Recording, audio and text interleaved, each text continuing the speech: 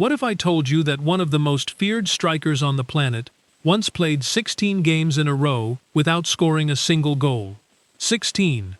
Not one net, not one celebration, just silence, cold pitches, and grown men knocking him around like he didn't belong.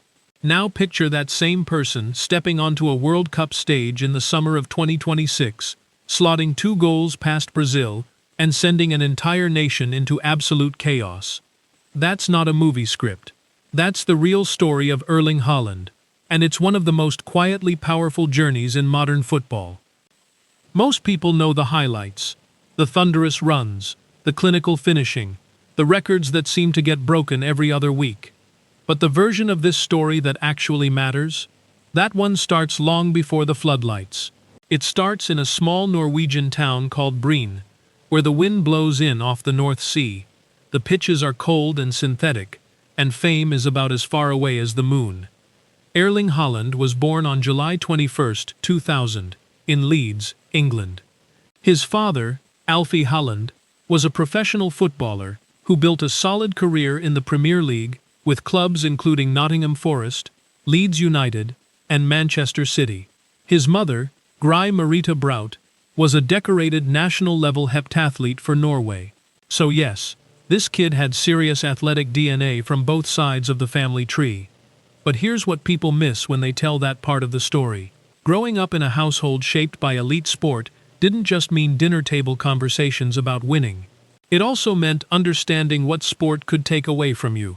Alfie Haaland's career was shortened by injury, and the physical cost of playing at the top level wasn't something that was hidden from young Erling. He saw it. He understood it. And that shaped him in ways that don't show up on a stat sheet. After Erling's birth, the family returned to Breen, a quiet agricultural town on Norway's western coast. No bright lights, no academies with 5-star training facilities, no scouts hovering around every youth match. Just a tight-knit community, local pitches, and a culture where showing up consistently meant more than showing off occasionally.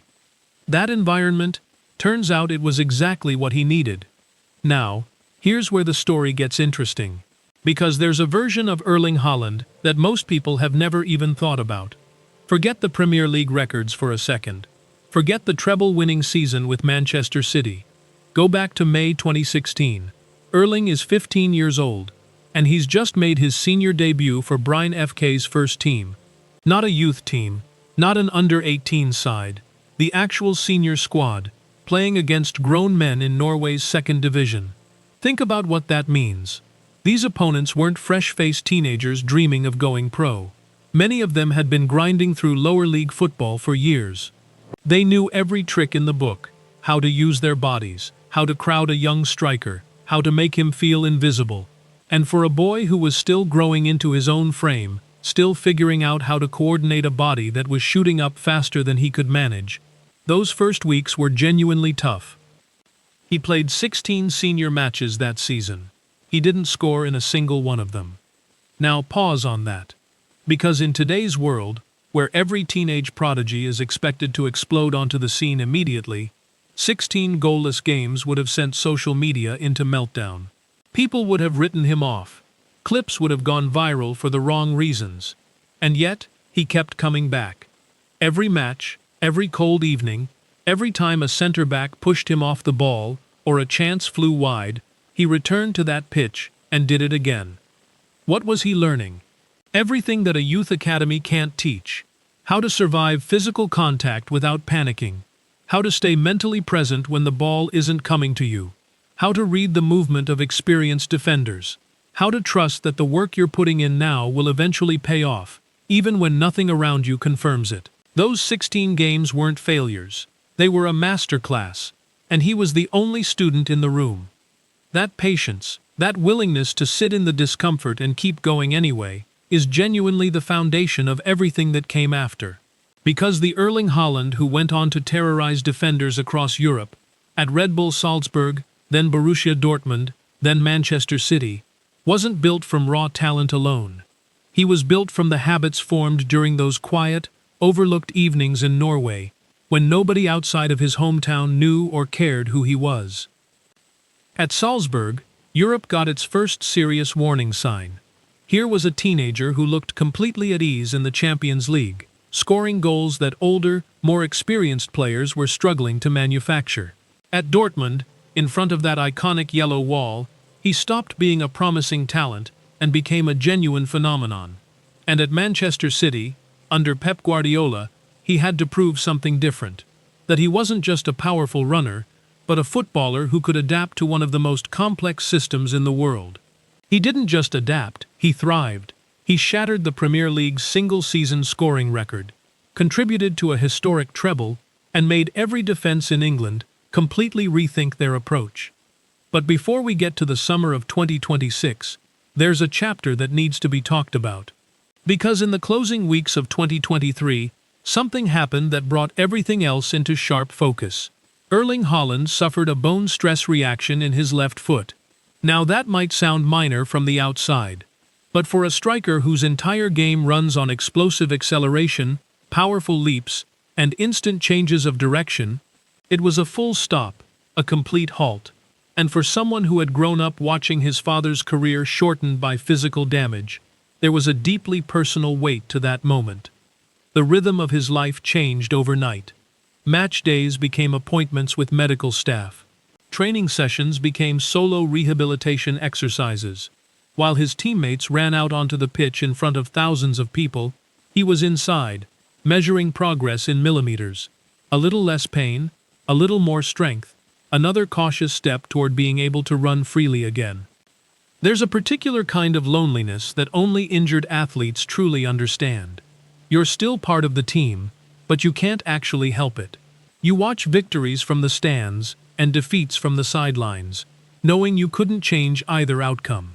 And Erling has spoken honestly about respecting that process, about understanding that forcing a return too soon can cost a career far more than a few missed matches. He returned, carefully, wisely, and then came July 5, 2026. Norway versus Brazil. Round of 16 at the World Cup. Let that sink in for a moment. Norway at a World Cup, facing one of the greatest football nations on the planet, in a knockout match. For Norwegian supporters, this wasn't just a game. It was the kind of night that generations had quietly dreamed about, never quite believing it would actually arrive. The match moved into the second half. The tension was the kind that makes your chest tight, even through a screen. Then, in the 79th minute, Erling Haaland found a pocket of space, the kind only a striker with thousands of hours of practice can sense before it properly appears. He moved, rose, and met the ball with a header that broke the deadlock.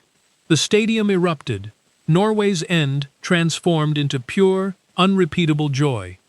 10 minutes later, with Brazil pushing forward desperately, space opened up again. Erling saw it, struck low and hard, and the ball skipped across the turf and into the net. Ice cold. 2-1. A late penalty from Neymar added some drama, but it wasn't enough. Norway were through to the quarter-finals, and Erling Haaland had just written himself into the history of an entire nation. Think about the distance between those two moments.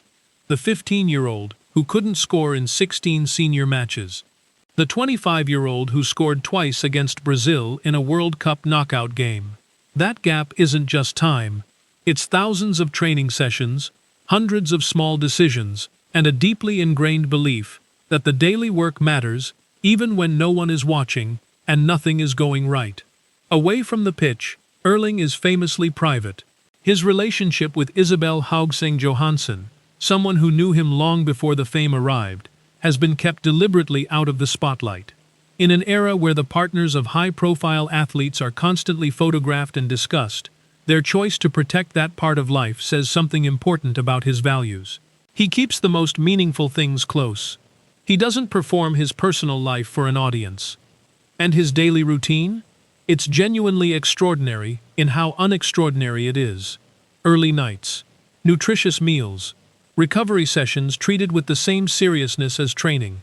He's spoken about wearing blue light blocking glasses before bed, about using mouth tape to improve sleep quality, about treating rest as a professional responsibility rather than a lifestyle bonus. No wild nights out, no endless social commitments, just quiet, consistent preparation, day after day. That's the thing people find surprising about him, isn't it?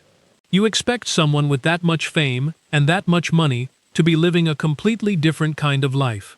But Erling Haaland has deliberately built a routine that fame cannot disrupt, because he understood early that what happens in the quiet hours is what determines what happens under the stadium lights.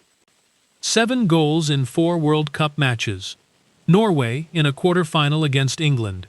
And at just 25 years old, the greatest chapters of his story may not have even been written yet. But here's what's already true, regardless of what happens next. In small Norwegian towns right now, kids who grew up believing the World Cup belonged to Brazil and Germany and Argentina are wearing the number 9 on their backs and kicking balls with a completely different feeling in their chests. The road to the world's biggest stage now runs through Breen, through cold synthetic pitches, through 16 goalless games and patient evenings and careful recovery. Erling Haaland didn't just become a great footballer. He became proof that the journey can begin anywhere, and that the quiet work, the unseen hours, the refusal to quit when nothing is going your way, is what eventually separates the good from the genuinely unforgettable. Records will be broken, goals will one day be surpassed, but the lesson he's left behind, that one sticks around a lot longer. If this story hit different for you, if there's one moment from Erling's journey that stayed with you, drop it in the comments. And if you know someone who's grinding through their own version of 16 goalless games right now, share this with them. Sometimes, the most powerful thing you can give someone isn't advice. It's a reminder that the road was always going to be longer than it looked, and that showing up anyway is exactly what makes the destination worth it.